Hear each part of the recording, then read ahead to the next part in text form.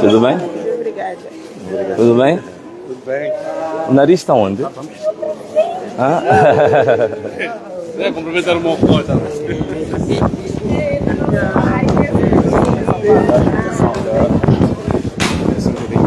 Ok.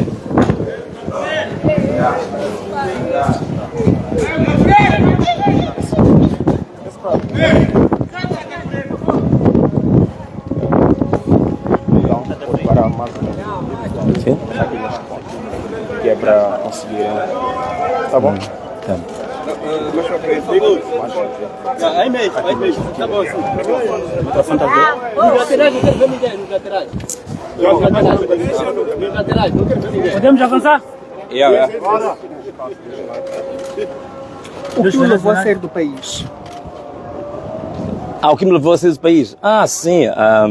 Bem, basicamente são 3 razões. A primeira foi um convite que recebi do Conselho da SADC das ONGs, uma espécie de um fórum das ONG da SADC. Tínhamos 3 dias de um trabalho relativamente à cooperação que eles estão a pedir a titulares de órgãos públicos, mas também políticos, influentes na nível da SADC, que é para fortificar a atividade deles. Esse, portanto, é o primeiro ponto. O segundo tem a ver com a visita, portanto, o convite que eu tive do antigo presidente de Botsuana, Ian Khama, que era para termos uma conversa que foi, para mim, uma das coisas mais espetaculares que eu já vivenciei enquanto pessoa, não é? Okay. E a terceira, falta a terceira. Então a terceira questão tinha a ver com uma parceria que nós fizemos com a mídia, um canal de mídia global que estava no Botsuana e que está neste momento a fazer alguns acordos informais com determinadas figuras que eles acham que querem ter informação privilegiada. Então, basicamente, foi isto que me levou a sair do país. Então, o Venâncio Milhar nunca chegou a fugir do país? Não, de forma nenhuma, porque tu sabes que no dia 9 de janeiro, eu já vou responder a tua, senão vai ficar ciumento. Dia 9 de janeiro, quando eu cá cheguei, eu disse que tinha 3... tá bem, dia 9 de janeiro, quando eu aqui cheguei, eu tinha definido os 3 objetivos que me levaram a voltar ao país. E um deles, né, o principal objetivo, era estar à disposição exatamente da justiça, porque eu sabia que haviam vários comunicados da PGR que diziam que haviam processos que corriam contra mim, apesar de eu nunca ter sido notificado sobre os mesmos. Então eu dizia que eu estava aqui presente, que para enfrentar a justiça, responder por tudo que for acusado. A segunda razão era mostrar a minha disponibilidade para a mesa do diálogo, que diziam que eu não podia participar, porque eu estava fora, que era impossível. E o terceiro era exatamente também estar próximo do meu povo. Como vocês sabem, estamos numa fase que estão a acontecer muitos sequestros, muitos assassinatos, incluindo até valas comuns, que provei isso. Fiz uma viagem para Tete que diziam que não existiam valas comuns e nós provamos isso. Então estou aqui, perto do meu povo, que está sendo massacrado, está a acontecer um genocídio verdadeiro aqui em Moçambique. Então não fazia sentido eu estar distante quando estivesse a acontecer esse massacre, esse assassinato. Então não havia razões, respondendo à tua questão mais diretamente, não havia razões nenhumas para fugir, não é? Não há razões absolutamente nenhumas para fugir. Então, aconteceram mais 2 assassinatos este fim de semana? Sim. Há 2 assassinatos que aconteceram em Macinga. E coisa curiosa é que esses 2 assassinatos eles têm 2 precedentes interessantes. O primeiro precedente foi em Pemba, em que o Daniel Chapo, presidente colocado pela UIR e pelo Conselho Constitucional, ele fez uma afirmação de que ia combater as manifestações, mesmo que fosse necessário jorrar sangue. E isto parecia alguma coisa dita ocasionalmente, ou naquela circunstância, mas isto depois tem reflexos, tem consequências concretas. E uma das consequências concretas disso foi exatamente em Macinga.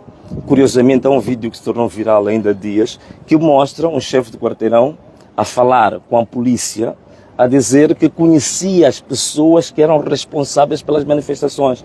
e que estava ali todo furioso porque a polícia deveria agir e que ele estava disponível a mostrar essas pessoas. E no dia seguinte, exatamente os meus colaboradores em Massinga foram assassinados. Portanto, há uma relação de causa e efeito aqui muito grande.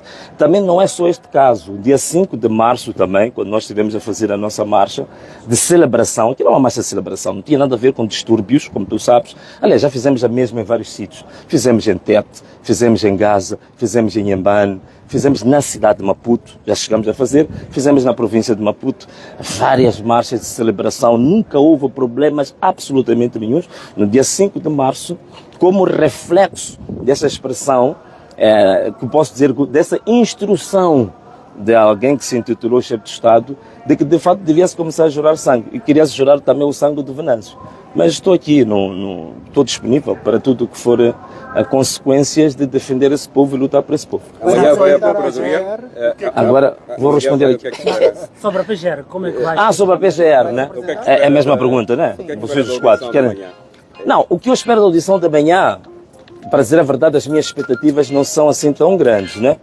As minhas expectativas não são assim tão grandes em termos de se mostrar que estou perante uma instituição que tem como competência salvaguardar a natureza de um Estado de Direito e democrático. E digo isto por quê? Digo isto por uma razão muito simples. Nós temos vários processos que nós pessoalmente, e eu pessoalmente submeti à PGR. Ainda no período da pré-campanha, em agosto de 2024, eu sofri um atentado em Zavala, em Inhambane, em Kisico. E nós submetemos a uma queixa-crime no mesmo dia em que estava o procurador de Kisico.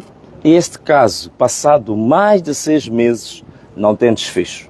E tínhamos todos os elementos lá. O indivíduo que atentou contra a minha vida foi imobilizado, trazia uma arma de 9 milímetros e tinha 15 balas na câmara. O que foi feito pelo comandante, o comando distrital de Kisico, foi abrir a porta e permitir que aquele indivíduo fugisse. E até hoje, esse caso não tem desfecho nenhum. Segundo caso que nós tivemos, um pouco antes da campanha iniciar, nós submetemos uma denúncia à PGR de uso de bens públicos por um dos candidatos. Usou o avião presidencial, usou as viaturas que estavam alocadas ao Ministério da Educação, eu vi isso, indicamos os locais, usou inclusivamente a militares da Casa Militar, usou várias viaturas do Ministério da Saúde, incluindo viaturas das Forças de Defesa e Segurança numa pré-campanha de um partido. Este caso foi submetido, passam mais de 6 meses, não há notificação absolutamente nenhuma e de ninguém. Estamos aqui. E uma coisa curiosa em relação a Inhambane, ao atentado que eu sofri em Kisico, veja só, o indivíduo que foi apanhado em flagrante, com uma arma pronta a disparar para mim, o que foi feito é permitir que o indivíduo fugisse. Uma coisa que não está provada, que correu-se tanto, foi o processo contra a minha pessoa, dizendo, portanto é um processo civil, de que pelas minhas instruções se destruíram 350 quilômetros de estrada em Inhambane. Isso foi muito rápido, foi muito célere, mas o atentado à minha própria vida até hoje não há absolutamente nada. Então o que está acontecendo também com a própria PGR. A PGR tem tantos processos nossos lá, que já submetemos por várias situações, o último dos quais apresentamos um relatório das vítimas que são quadros da minha organização política neste momento. Portanto, eu tenho coordenadores ao nível de todas as províncias, todos os distritos e alguns postos administrativos. Então, nós fizemos um relatório muito detalhado das vítimas de violência extrema da polícia. Só na minha organização política foram 398 casos de violência extrema da polícia, incluindo 40 mortos. Este relatório, acompanhado de uma denúncia, submetemos ao Ministro do Interior e submetemos à Procuradoria-Geral da República. 40 mortos, com todos os detalhes, tudo mapeado. Até hoje não há nenhuma notificação sobre essa matéria. Mas são tão céleres a notificar-me, a fazer todo o espetáculo público. Até aqui nós temos que apresentar um protesto. A Procuradoria, pela sua natureza, processos que estão em instrução, não pode tornar esses processos espetaculosos. A Procuradoria não pode funcionar como funcionam os blogueiros, facebookeiros, pegar processos, notificações, colocar em público antes de notificar o visado. A TVM esteve a anunciar a minha notificação antes de eu próprio receber a notificação. Portanto, isto aqui é uma vergonha total. Né? Já se nota o nível de parcialidade destas instituições. Portanto, não há muita coisa para esperar aqui. Temos pessoas, já temos este caso ainda há pouco tempo que falamos desses 2 assassinatos. Temos o caso gritante de Tete, distrito de Macanga. 8 indivíduos que são quadros da minha organização política foram assassinados e colocados numa vala comum em Furancungo. Este caso, até hoje, não tem absolutamente nenhum desfecho nem andamento. Para não falar do Elvino Dias, desde 19 de outubro, regado com 25 balas, até hoje, desde 19 de outubro até hoje, não existe uma notificação nem para a família, nem para mim, porque ele era meu mandatário nacional, meu advogado pessoal, nem sequer para os amigos mais próximos, nem para a organização política que o Elvino representava na altura. Até hoje não existe nenhuma notificação, nenhum comunicado da Procuradoria, mas estão cheios de comunicados em relação ao Venâncio. E comunicados tendenciosos, comunicados que não têm parcialidade, que não são objetivos. Nós, inclusivamente, respondemos a um dos comunicados e que nós mostramos com base na lei que a Procuradoria estava a cumprir um papel que não é o papel dela, que é papel de propaganda de um partido, não é papel da Procuradoria. Portanto, a Procuradoria tem vários elementos neste momento a seu desfavor, porque está a funcionar como uma célula do Partido Frelimo e não propriamente uma Procuradoria-Geral da República. Então vai tranquilo amanhã para a Procuradoria? Não, claro que vou tranquilo, nem preciso fazer uma grande preparação, tudo o que estou a falar tenho de memória, porque os casos são tantos que nem preciso andar a fazer preparações longas e prévias, são tantos casos. Mas, só para terminar, temos o caso de 400 mortes que aconteceram de outubro até dezembro, mais ou menos. Janeiro reduziu um bocadinho. De outubro até dezembro, 400 pessoas assassinadas. Diga-se a verdade, são pessoas que foram assassinadas pelas Forças de Defesa e Segurança, em concreto pela UIR. Até hoje, que estou aqui a falar, não existe nenhum processo contra nenhum polícia, não existe nenhum processo contra o comandante-geral da polícia, Bernardino Rafael, que foi a pessoa que deu ordens para isso ser feito. Como é que é possível? 400 pessoas assassinadas num país, não há nenhum inquérito, não há ninguém processado, não há ninguém que vá à audição, não há ninguém que vai prestar declarações. Eu amanhã vou prestar declarações. O Bernardino Rafael nunca foi prestar declarações, mas mandou assassinar 400 pessoas. Em que país é que nós estamos? Portanto, isto para mim, até certo ponto, até eu acho bom o que vai acontecer, porque é uma forma de cair a máscara da própria Procuradoria, que fica claro que não é uma Procuradoria imparcial, não é uma Procuradoria que está ao serviço do povo, é uma Procuradoria que está a responder a tendências partidárias, ideológicas, partidocratas muito concretas. E para mim, uma das coisas mais graves em relação à Procuradoria é exatamente pelo fato de, neste momento, no xadrez político, no campo político, vocês sabem, a Frelimo, neste momento, o próprio candidato, o presidente empurrado pela UIR, neste momento sabem que não tem base social de apoio. Sabem que não tem base, não tem povo, não tem ninguém que lhes apoie. É por isso que até hoje, apesar de terem ganho, ou dito que ganharam com 70%, não conseguiram ir à rua agradecer os 70%. Não conseguem fazer porque sabem que não tem povo. Então, uma forma de se refugiarem da dura realidade de saberem que não tem apoio social, não tem base social, não tem apoio ninguém do povo, agora foram recorrer à Procuradoria como um instrumento. Para quê? Para intimidar, para aterrorizar, para meter medo. Para quê? Para ver se conseguem colmatar o déficit que eles têm de não terem povo. Mas isso não se colmata aterrorizando as pessoas, nem matando as pessoas. Se você não tem povo, não tem povo. Se as pessoas não te querem, não te querem. O grande problema deste governo e deste senhor que se diz presidente é a falta de legitimidade. Se você não tem legitimidade, você não resolve com força. A legitimidade você resolve ganhando o coração das pessoas. Palavra simples. Há quem está aqui pode não entender o que é isso de legitimidade. Legitimidade é simples. Legitimidade é a pessoa te querer ou não te querer.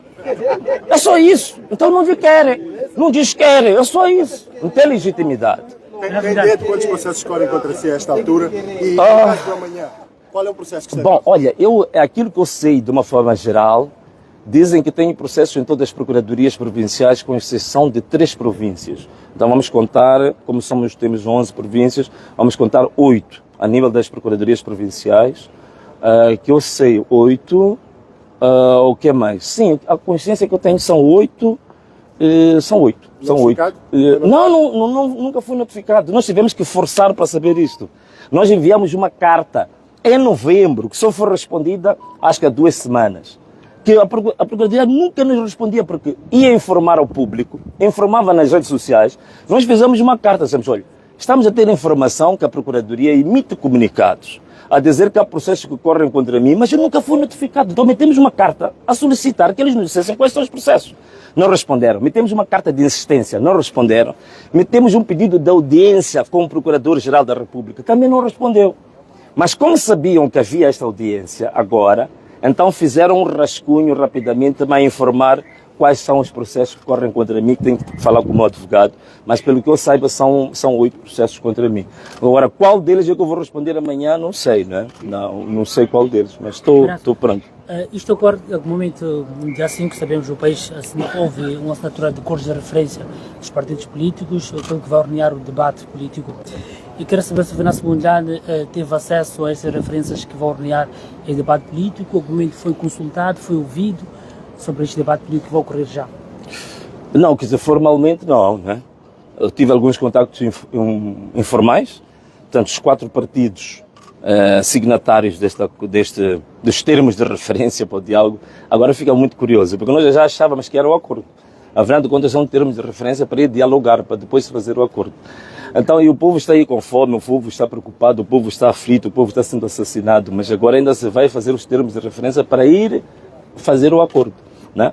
Então, a grande questão é que eu tive um contacto informal com os 4 partidos quando eu acabava de chegar do exílio e que eles vinham para saber o que eu achava, o que eu pensava, mas não me deram um documento físico, só vinham colher a minha opinião, aquilo que eu achava sobre esse acordo, que é público. Eu sempre já disse a todo mundo, toda a gente sabe o que eu acho que devia constar do acordo, que infelizmente estou a ver que estes termos de referência nem sequer fazem referência a isso.